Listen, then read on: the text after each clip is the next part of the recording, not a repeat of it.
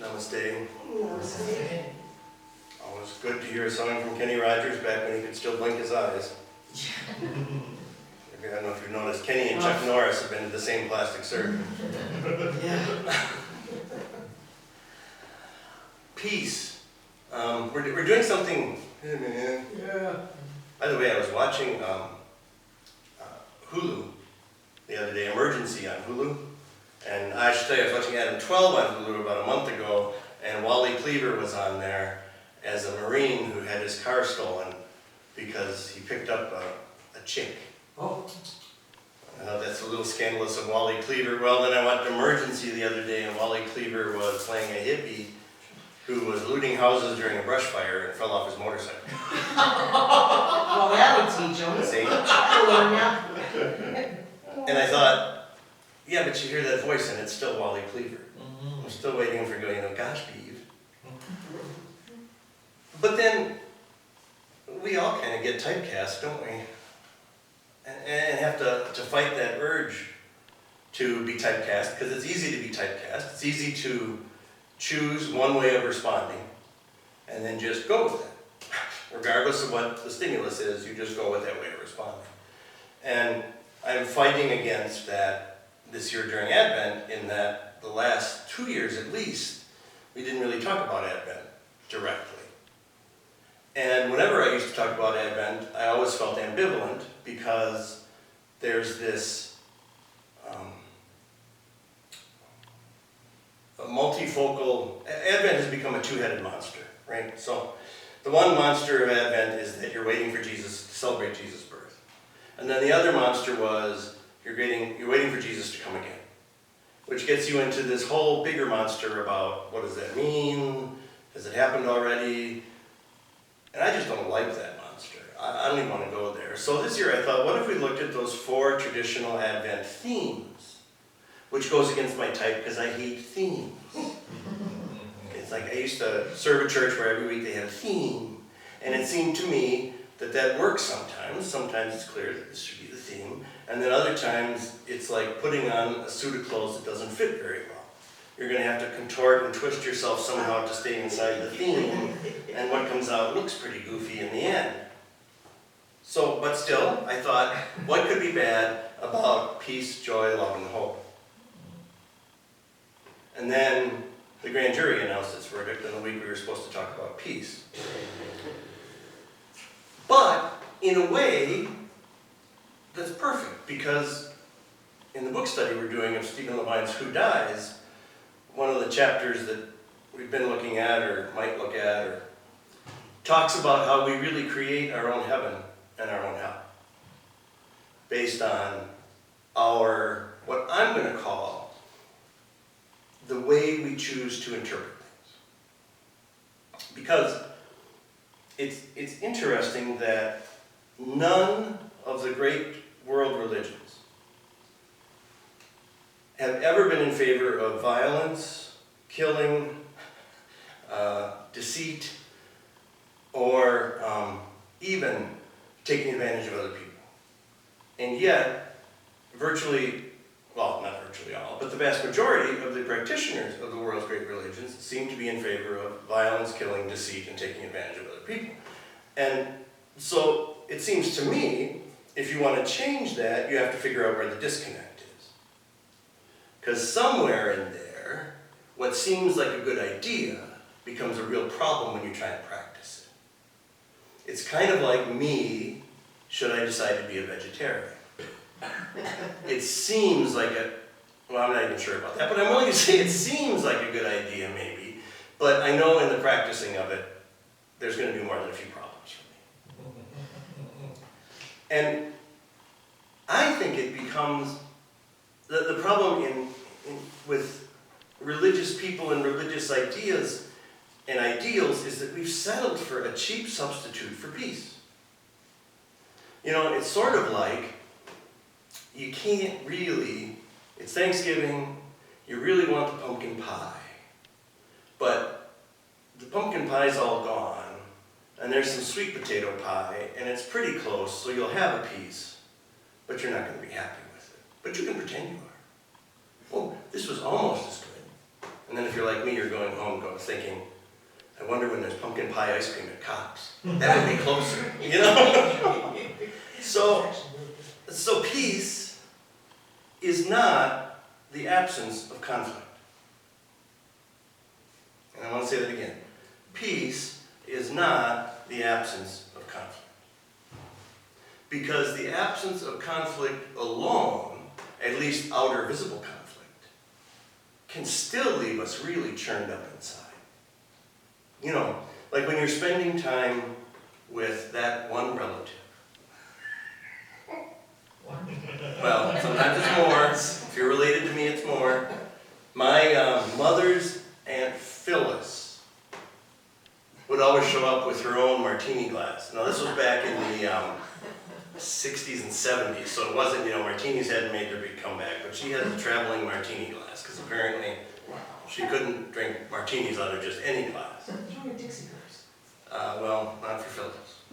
But I thought Phyllis was all right, because Phyllis bought me a really cool, yellow, clear 45 of Grand Funk Railroad's We're an American Band. So to me, as a kid, from my perspective, this was cool. And I didn't care about a martini glass. Everybody else was pretty upset about her martini glass, right? And they couldn't have peace when Phyllis was around because they felt this need to have Phyllis turn out differently. And Phyllis was going to bring that glass. And if she didn't bring the glass, it would have been in some other container. So even if we choose not to say anything to Phyllis at Thanksgiving or wherever, and on the outside there doesn't seem to be any conflict, right? Inside of us we're going, Phyllis with that damn martini glass again, right?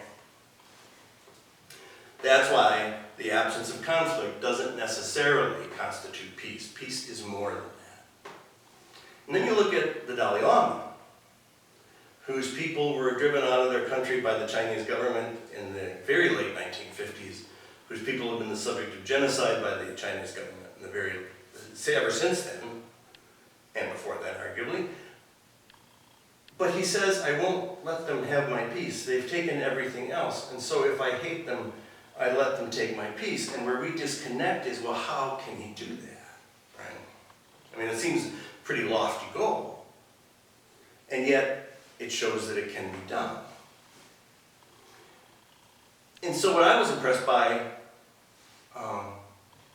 maybe that's the wrong word, but after the grand jury decision came out, because it was such a surprise,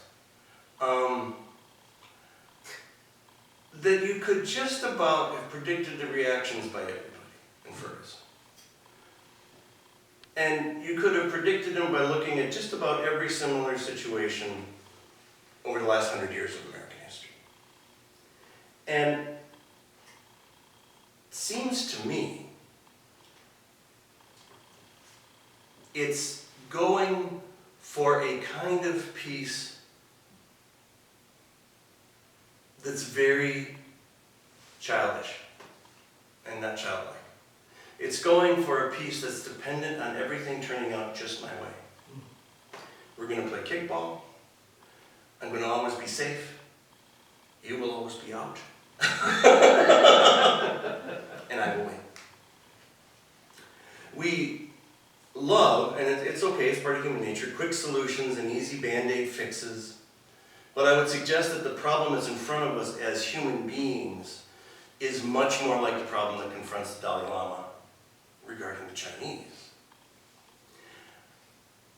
We're involved in a system that's loaded with injustice. But that's not all. We're involved in a system that has led some people to almost never see the truth on just about every side of every issue, and to put forth their distorted version of the truth on every side, on every issue. So the truth may, in fact, be something that we seldom actually get to. But everybody wants the change now. Maybe yesterday would be better. In fact, I'm pretty sure yesterday would be better. Not quite as good as the day before, but now would be preferable. And it seems like we believe we can force one another to do what it is that we want done. The Chinese believed that if they committed genocide against enough Tibetans, there would never be any resistance. The civil rights movement in this country in the 1950s and 1960s got to the point where it followed Gandhi's example in India and said, nonviolent resistance is the way. And I saw somebody comment on that on a Facebook post this week and said, yeah, but look what that got Martin Luther King Jr. shot. Which indicates we don't understand how change works. Jesus seems to be talking about this need to be on the defensive, Something's going to happen, and we better be ready. And if we're not ready, terrible things are going to happen. And I think, to a certain extent that's true. But it's also true that what could be coming is, well, good. And if we're not ready, we can't take advantage of it. And it all depends, our ability to negotiate life successfully and peacefully all depends on our expectations. Do we believe we can do better? I would say we can just about always. In fact, I would say we can always say, yes, there's always room for improvement. We can always do better. Should we try to do better? I would say that we almost always should try to do better. That's close to a universal truth. Is better going to come overnight? I would say almost never. So if we start to demand that everything be different overnight, we're just setting ourselves up for disappointment.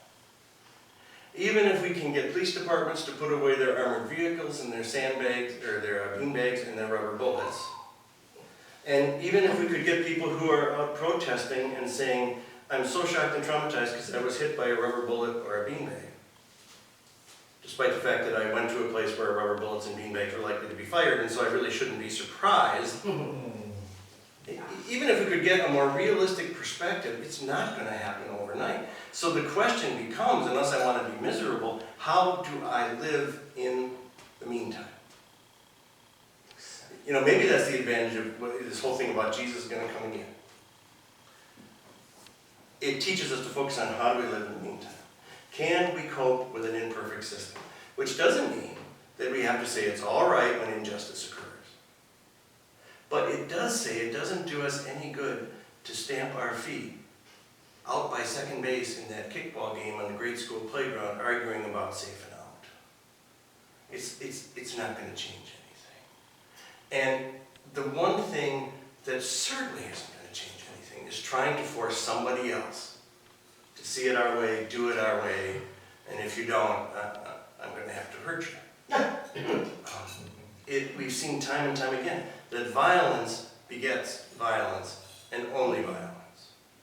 Remember, World War I was the war to end all wars, and we know that's true because we haven't seen any wars since World War I. Which is why they called it the Great War, and then when World War II came along and said, I guess we have to rethink this. Peace is about deciding to work for peace. It's about choosing to do the best we can, and to the extent we're able to let go of the outcome. And it's about making some decisions about what I as a human being will and won't do. There's things I'm going to tolerate, and there's things I'm not going to tolerate. If Phyllis comes over with a martini glass, I can cope with that. If she pukes on the white carpet, I'm going to be a little upset. And I'm going to have to make a choice, not between trying to shake Phyllis down at the door for her martini glass, but maybe not inviting her if that bothers me that much. We, I think, operate interpersonally out of a kind of an ineffective parenting model that started surfacing right after Ozzie and Harriet's Truth came out.